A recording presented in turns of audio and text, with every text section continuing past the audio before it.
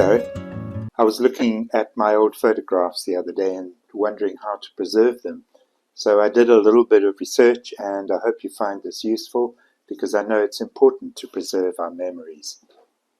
First thing to tell you is that I'm in Adobe Lightroom Classic. It's the newest version, but I know some of you have older versions and a lot of things have remained the same. So let's start here by going to Crop and make sure the lock is open here, and that means that you can crop anywhere you want to.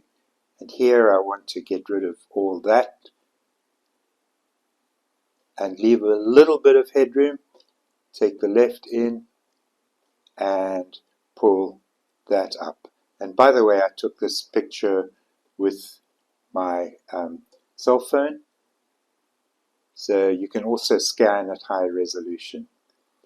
Now that I've got the picture sorted out and the right crop, I will go down to the sliders, and you can just watch as I work. Exposure, contrast. Contrast seems to focus it more. It doesn't actually, but it gives it more contrast between the tones. Highlights, bring those out. Shadows. This area is a little bit dark here, so I want to pull the shadows out of that and replace those with blacks, and then bring some of the whites out. Then I'm going to be careful with texture, because if you enlarge, you can see there's a lot of artifacts over the picture.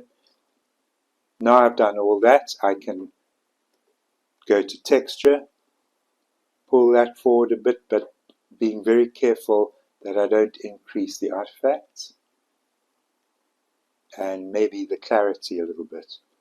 And then one of the things I've noticed with this photograph is that the background is very busy. So I want to blur that. How do I do that? I go into masking. I'm going to mask the background by clicking in here and waiting for the red screen to come up. It shows me which places are masked. I'm doing this very quickly, but it's just for demonstration. You can see here some of these are masked, but it doesn't really matter because I'm doing it quickly. So let's go down here, once it's masked, to clarity.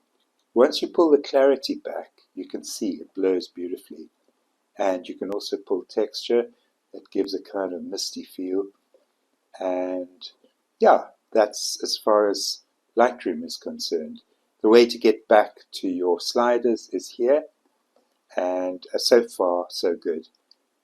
Now I'm going to have to take out the dust and the scratches on the photograph, and I want to do it automatically. The way to do that is go into Photoshop. I click the thumbnail, I go to Edit in Photoshop, and I wait for Photoshop to open. Once it's open, I will show you a shortcut to the noise filter. So you go into Filter, Noise, and to Dust and Scratches. And here you have an enlarged screen. If you click on it, you will see the before, and that's the after. I've got radius 4. Don't make that too big because it doesn't make sense. It blurs it, it softens it too much. So number 4 is what I usually use. You can save that, and already a lot of the scratches have been taken out. Now you can go into more editing of the faces by having a close look at the quality. You can see how soft it is, but that's typical of those old cameras. This was probably a Kodak Brownie camera, I would imagine. You can see there's quite a lot of marking on the mother's face. So for that, to remove that, I can go into this tool, which is the Spot Healing Brush tool, and just touch up slowly. I'm not going to do too much. I would spend much longer on this if I were doing it for myself, but I'm doing it for a demo. If you click the space key, you can gravitate around and look out for more markings that you need to get rid of. That little dust spot there, these little markings here,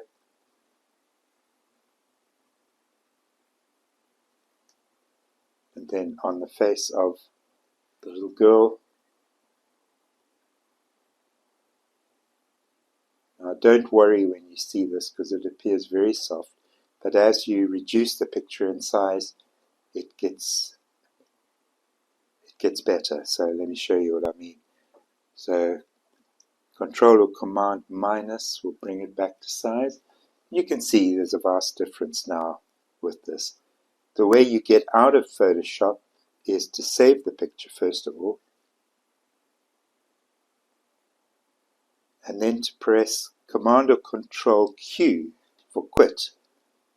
And what this will do is it will take this photograph back in TIFF format into your Lightroom.